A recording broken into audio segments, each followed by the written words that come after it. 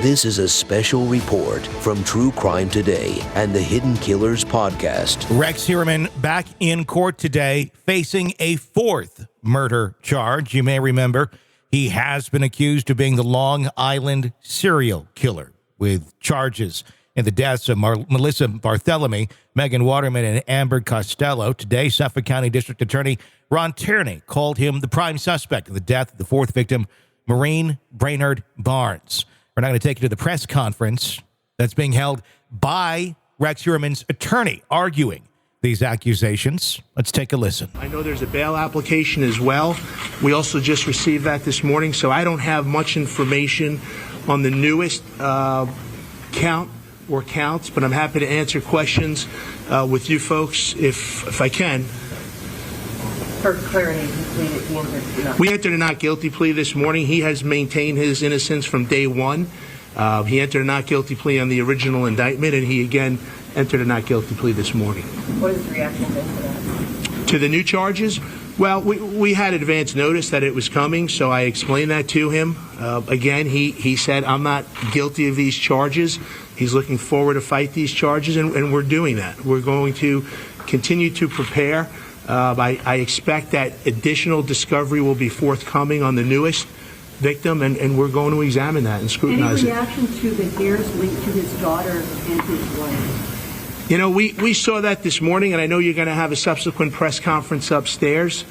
You folks have followed this case from the beginning, and all along we have been told that the evidence is unsuitable for nuclear DNA testing.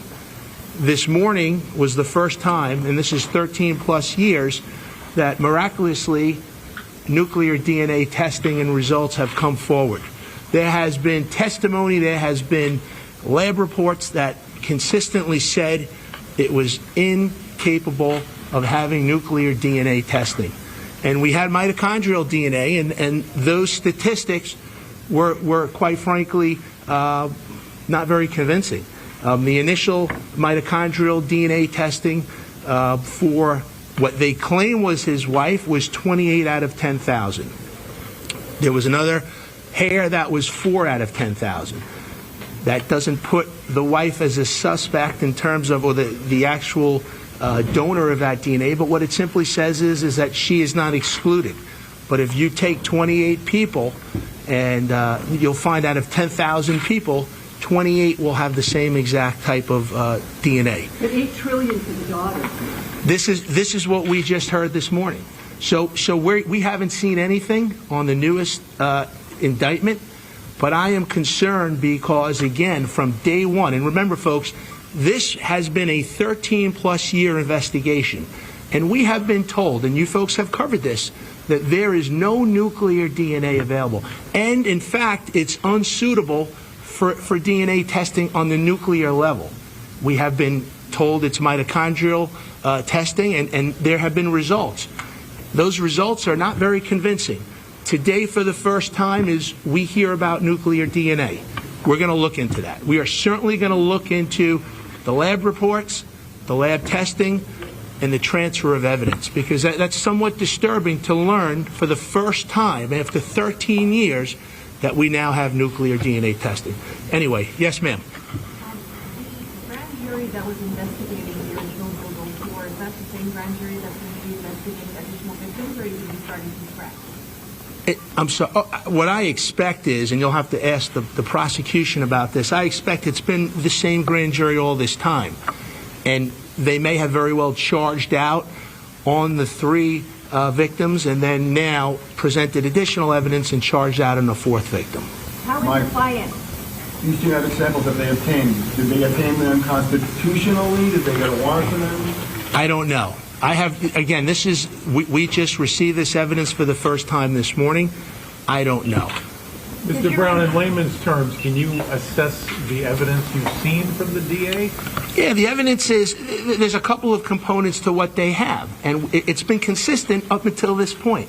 You have mitochondrial DNA, which, in regards to my client, let's assume for a moment that, number one, the DNA on the victim is in fact the perpetrator. That's a big leap, but let's just take that, because we have transfer DNA.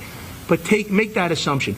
Make a second assumption that the collection of the evidence was entirely proper. Big assumption, you have people walking around without gloves at the crime scene. There's photographs. I think some of you folks have published that. But let's just make that assumption. Now you have 2 out of 10,000 could be the donor. Suffolk County, Nassau County, total we have 3 million people. That's about 600 people that potentially could be donors for that DNA. That's one piece of evidence. Another piece of evidence they have is the burner phones. So what they have is they have pinging of cell phones. There is nobody, not one person on the face of this earth, that is going to say that back then my client possessed a cell phone that was a burner phone and was communicating with any of these girls. What you have is pinging. Massapequa Park, New York City. Massapequa Park, the population, if you just limit it to his neighbors, there's 17,000 people in Massapequa Park. In New York City, in Midtown New York City, where he's an architect, where his business was located, there are hundreds and hundreds and hundreds of thousands of people at any given time that would be using any of those cell sites and pinging. That's the second piece. The third piece is they have an individual who claims that he sees this ogre, and I think you folks heard that at the arraignment, an ogre, and claims he may have seen a vehicle. That individual is somebody who, just to put things in perspective, what he would do is he would use this young lady for her to have the interaction with the John, steal the money, and then go out and get high on crack, heroin. He's the one who purportedly makes this identification. We have not seen, and I don't think they have, made an identification by that individual to my client. This is 13 years later. There has never been an identification procedure, a lineup, a photo array. All you see is this individual claiming it was an ogre, and they now translate that to saying my client.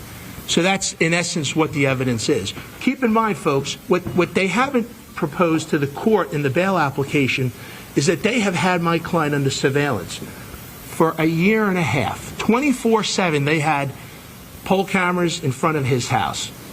If there was any suspicious activity, if there was anything nefarious by my client, we would have heard about that. For a year and a half, now he doesn't know he's being surveilled, for a year and a half, he is going to work, taking the train, going into the city, working as an architect. He employs 5 people, and coming home, spending time with his family.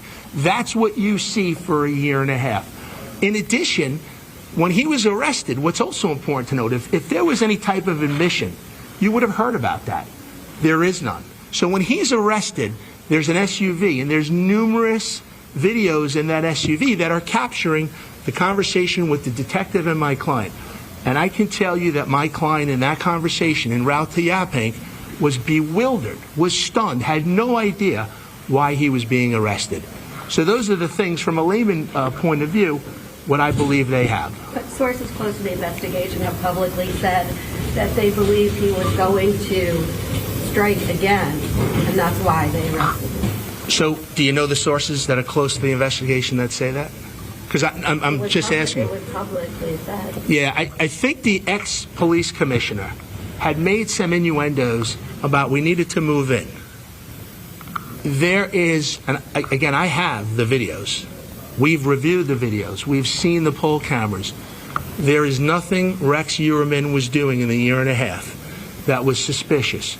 Rex Heuermann, in that year and a half, was leaving his house, commuting into New York City like a lot of folks out here in Suffolk and Nassau do, work in the city, comes back home, sits on his porch, plays with his dog, is with his wife and kids. That's what you see in the videos. Those types of things, and I know they say this, those types of things poison our jury pool, because there's nothing about what he was doing that was negative in any fashion. It's the same as putting out that he had a room full of weapons, of guns. The vast majority of these guns are legal. He's a collector of guns. There may be a small percentage, a handful of guns that are antique or collectible items that were not registered. Let me just finish one thing. There's nothing in this case that suggests that those guns were utilized in the commission of any crime. So again, what's the point of putting it out there other than to poison the jury pool? There is none. I'm sorry. What about his search history, his efforts to scrub files on his computer? How is your client doing? I haven't. Is that a two-part question? It is. Okay. You can look forward. All right. So in regards to the first question, in terms of scrubbing, or I haven't seen any of that. Searches, so that's another interesting point. Searching the internet. Ask yourselves what you search on your computers and your phones. So one thing leads to another. You see a show about something, you start searching. And they talk about how somebody's killed, you start searching. And then they talk about another way, and you start searching. Think about if they looked at your own personal search history, how all of a sudden you're guilty because of your search history. Think about what you search, what your friends search, what your kids search, what your neighbors search. That in and of itself makes you guilty. Now, the second part of what you're asking me is about how he's doing. You're talking about a gentleman who has never been arrested before. He's a productive member of society. He's going to work every day. He's supporting his family, and he's incarcerated. And he's claiming he didn't do this. So obviously it's troubling, and he's dealing with it on a day-by-day basis, one day at a time. But he is looking forward to having his day in a courtroom. Yes, sir. The information that we were all given from the district attorney says that every single one of these four victims' death coincides with your client's wife and kids going away. Was there anything you wanted to say on that? I don't have any. Let me say this.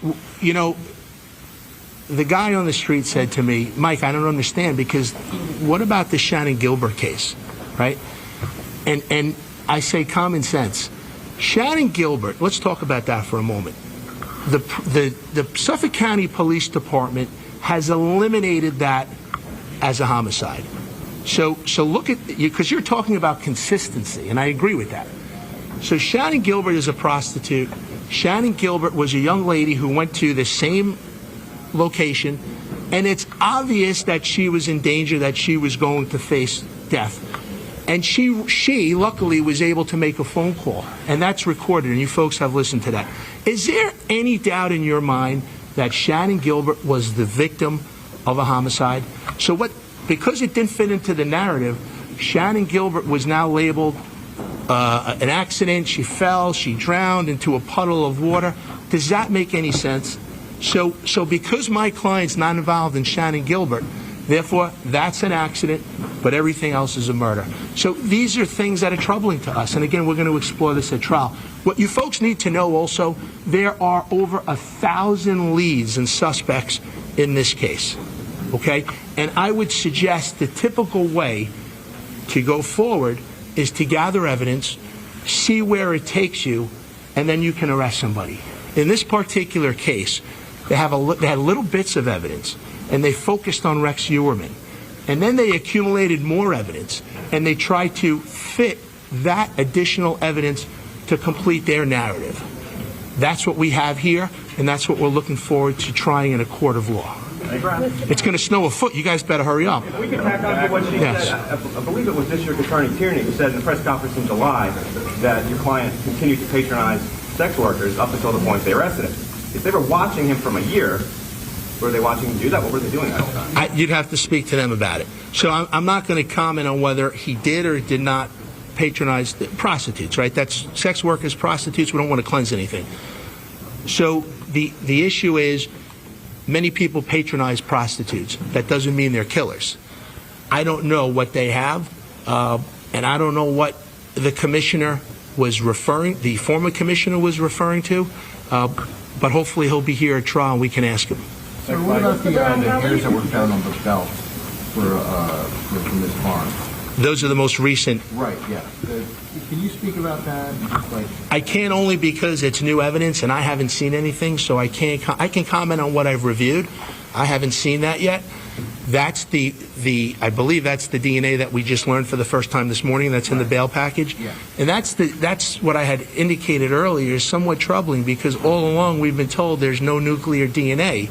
And now for the first time, 13 years later, what was once unsuitable and we couldn't get a DNA profile from a nuclear basis is now nuclear capable. We're going to have to look into that. It's problematic. I'm sorry? Can he even get a fair trial on that? But, let's say we can't get a fair trial in Long Island. Where are we going to go? Right? We may very well, make that motion to the court.